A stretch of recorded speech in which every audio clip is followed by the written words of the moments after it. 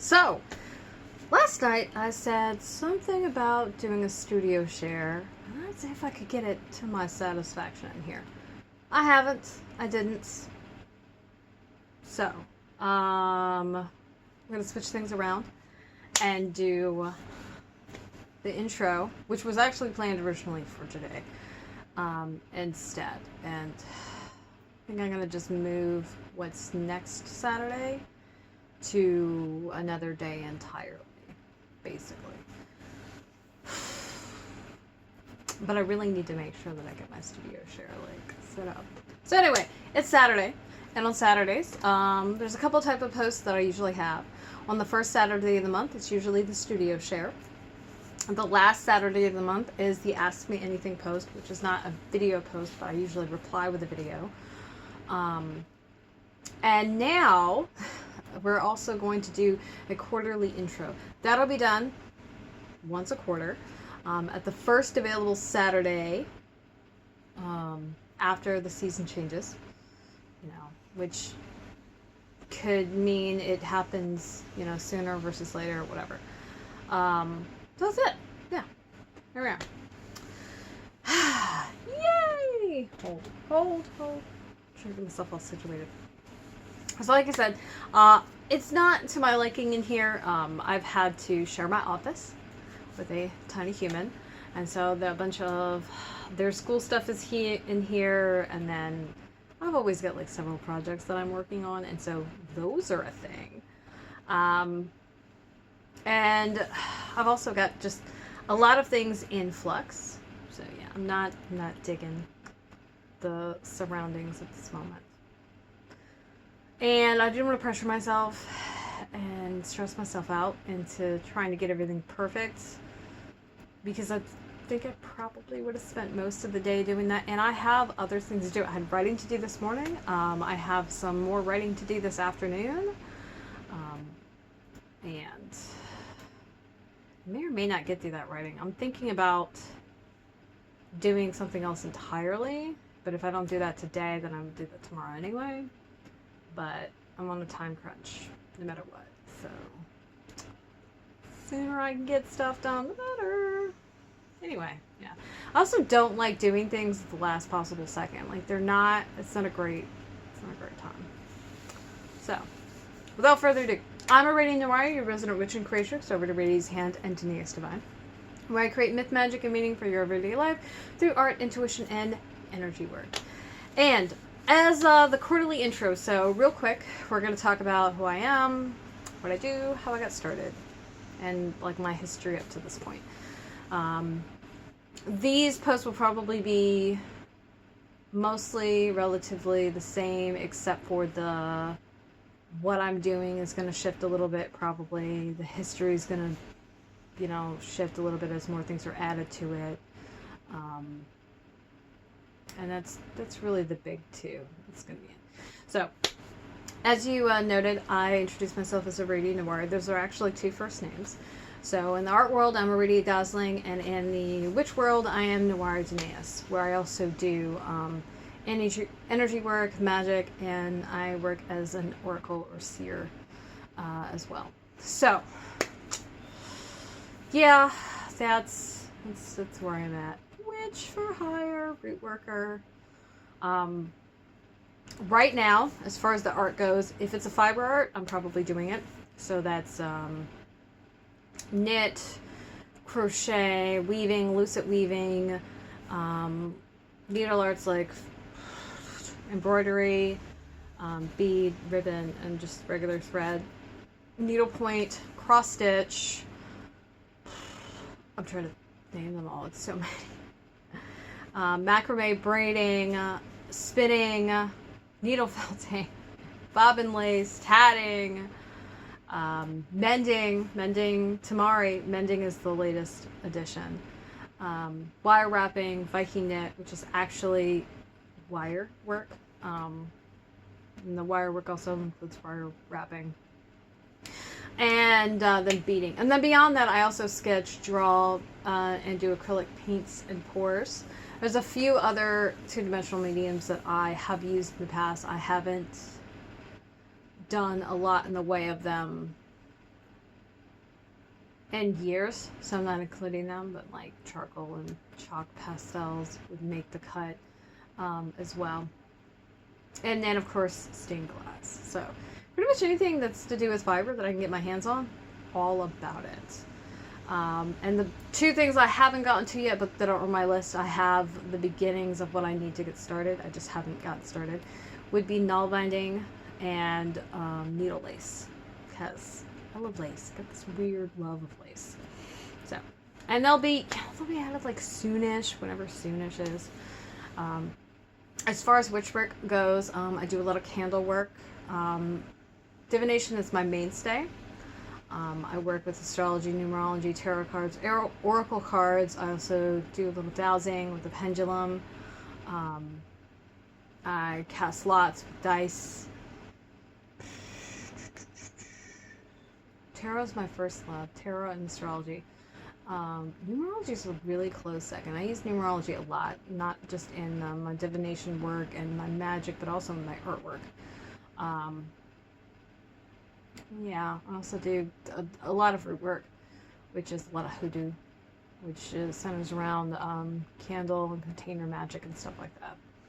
And a good deal of my practice is very kitchen witch-ish oriented, and it's, as in use what you got, right? Let's be practical about this.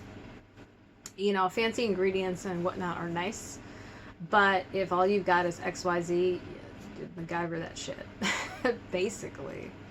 Because really, you know, a lot of times these things are symbols and they have energy behind them, and they're absolutely going to facilitate the process.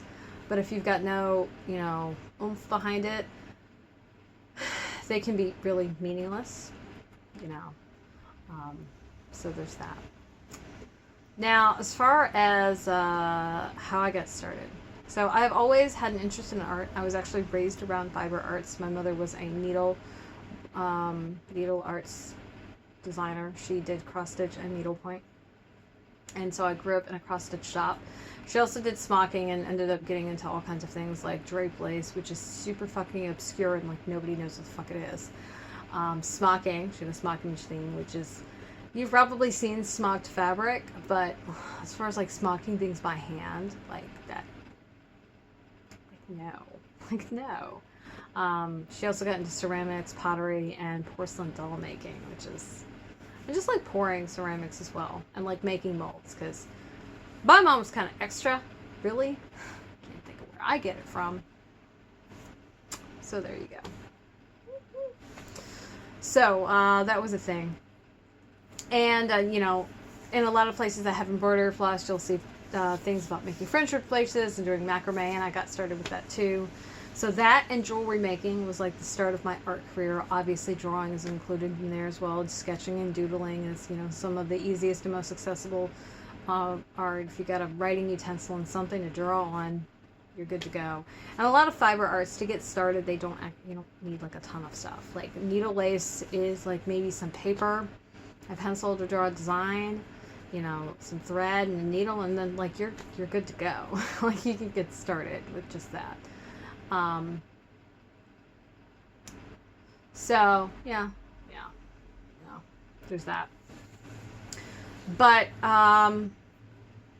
it's funny because I don't really think about it a lot. Sorry, my nose keeps itching. Like whoa. Yay, season change. Yeah, that's about how I feel about it. Anyway, so because I was exposed to this at such an early, you know, age, I don't really think about it a whole lot. And it's easier to forget that not everybody, you know, comes from a background where they were even like encouraged to do anything creative. And part of why I think I don't think about it is because at one point I was actually discouraged from being creative, because I was basically told that it was a waste of time and it wasn't going to amount to anything. And so for the longest time, art was just like something that I did for myself and only for me, which, you know, wasn't like a big deal, but it definitely kind of closed some doors that probably would have remained open or would have opened wider. And I probably would have gone in a very different direction than I ended up going. I don't know that I would have ended up here eventually, like probably, maybe. But it was a bumpy ride. As far as my witch work, I'd already always been interested in spirituality and magic. I knew innately that there was more than what I was being told when it came to those things. And so when I started doing some rudimentary research and trying to learn about things, and, you know, I got very biased answers. I'm like, you know what? This doesn't quite sound right. So I had, you know, some inner knowing that there was more to it than what I was being told. And being the curious, tenacious creature that I am, I went for it and looked into it and learned, oh, yeah, no, there's totally more to it than that. Like I said, astrology and tarot were the first loves. And partially because I love to seek answers. I'm very curious. And, you know, divination allows you to do that. And things like numerology and astrology and, you know, palmistry and other things allow you to kind of gauge people with, you know, without having to know, like, a ton about them. And really, oracles and divination can also tell you a lot of things too. But I've always been like that. So that started, I want to say that because I kept that to myself, because I didn't like have any expectations to like turn it into business or work. That started and kind of grew exponentially as it went along. Whereas art kind of remained on the back burner and like off to the side, as it were, because I tried to share it and was discouraged from doing so. So, yeah. So it's funny, you know, who knows how it would have worked out if I had been encouraged. I don't know. But there you go. So, let's see. I'm trying to see my notes because I didn't scroll enough. And that's it. Yeah. So, I realized as far as magic and divination, it really took off in high school.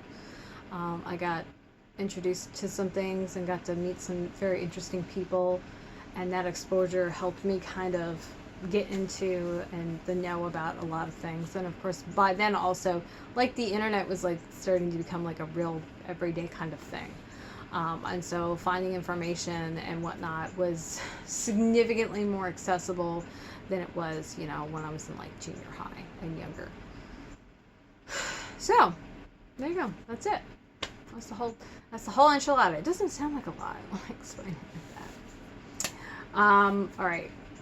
So what I say now. So my question to you is, how did you get started doing what you do? Whether it's a creative thing or whatever it is you do for work now, or a hobby or an interest or whatever. I'd love to hear from you. You can drop it in the comments below. I like to read all of them. And let's see.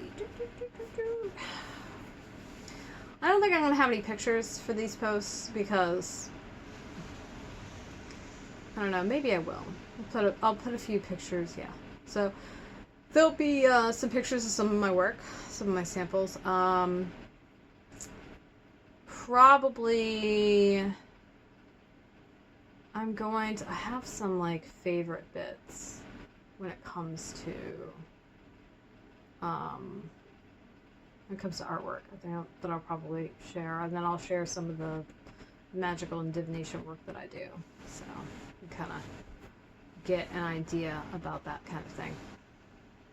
Yeah, so those will be in the posts below. And if you're watching this on YouTube, then hit that link at the top and it'll send you over to Patreon where you can check out all the pictures and see what's up. As always, my websites, Aradia's Hand and Denise Divine, are linked below, as well as my active social media, Facebook, Twitter, and Instagram, where I like to hang out the most. So if you're interested in working with me, you want to see more of what I'm currently offering as far as services or art, you can check out all of that stuff below. And yeah, because you stayed to the end. Tomorrow's a stash cast. I've already got it pre-recorded, thank God. And yeah, So thanks. Remember, if you're on YouTube, to like and subscribe, and consider heading over to Patreon and becoming a patron. And tell my Patreon followers, thank you so much. It means the world to me that you're here, and I appreciate you. So I'm going to go before my phone dies all the way, and I'll see you bright-eyed and bushy-tailed tomorrow.